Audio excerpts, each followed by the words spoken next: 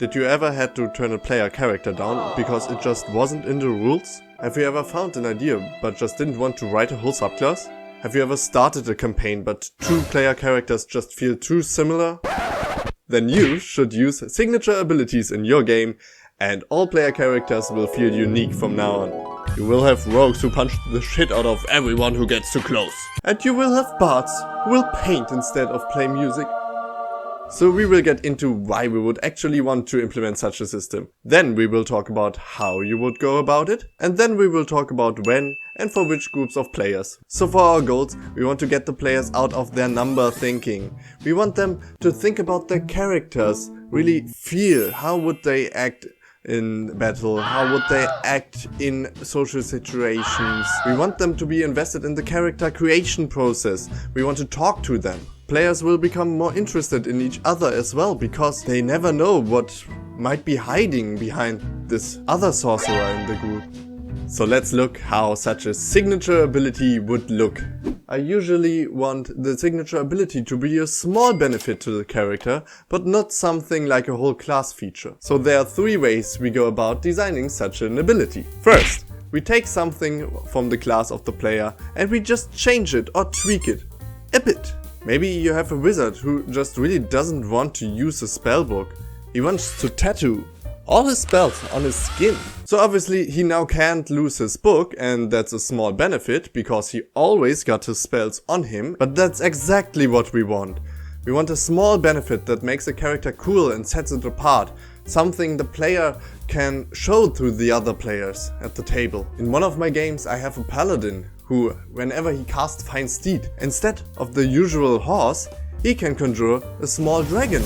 I obviously lowered the stats of the dragon a bit. It still has a small lightning breath. The second way is to lift restrictions that are already in the game. So for example, small creatures usually can't carry heavy weaponry. But what if the signature trait of your halfling is that he runs around with a greatsword? Or you know how usually all races that can fly can't wear any heavy armor while doing so? How cool would it be if you had a flying character that could do it? And the third way is to have entire new mechanics around the character. Something to flavor them. In one group I have a sorcerer who is also an oracle and he receives visions. But he can't understand them most of the time. Or what they mean. Or what about a character who's really moody? Every morning he has to get out of bed, he rolls a dice. And if he rolls good, he gets a bonus for that day.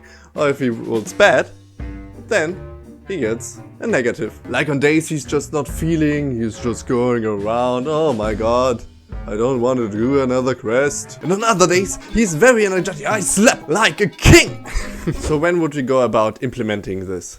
At level 1 is prime time to just give them the first signature ability, because you're creating the characters with your players. They can get so much more engaged with you and the game as a whole when they get stuff like this. If you got new players, it's also way more manageable to do this instead of giving them a feat from a list which they can't possibly comprehend.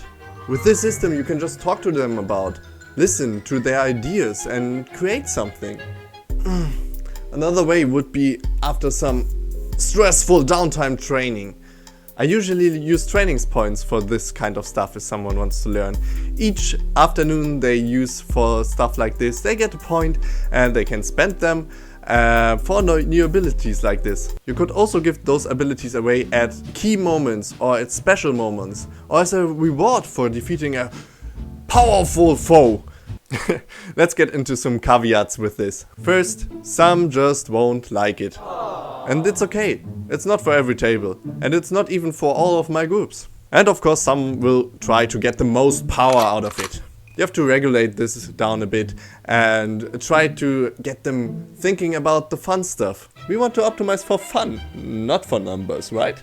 Another one is for new DMs. It obviously takes a lot more back and forth between the player and the DM to make this work. Also, you need a kind of understanding about the game system you're running. So, all in all, it can be a bit much for newer DMs. Alright, let's get into the bonus tip. If you're in this kind of mind space already, you can try to give this to enemies. Or big bad evil guys. Use it as a way to flavor your monsters and change just some parts of it. or just take some signature abilities you come up with and just slap them onto the owlbear. Ever thought about the telekinetic owlbear? And with that, have some fun, play around and just be creative. And if you need more tips, just click on the next video and I will have more tips for you in the next video. So, thanks for watching. Bye!